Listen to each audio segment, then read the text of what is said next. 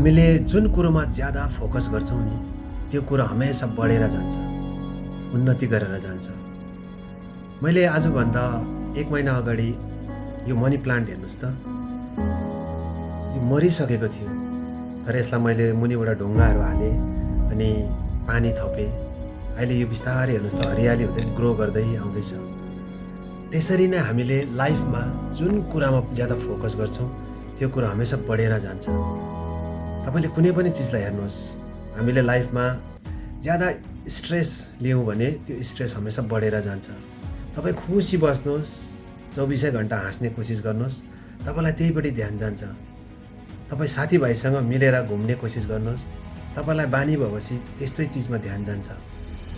त्यसले गर्दाखेरि हामीले जुन कुरालाई ध्यान दिन्छौँ नि, जुन कुरालाई फोकस दिन्छौँ त्यो कुरा हमेसा अगाडि बढेर जान्छ, न कि घटेर।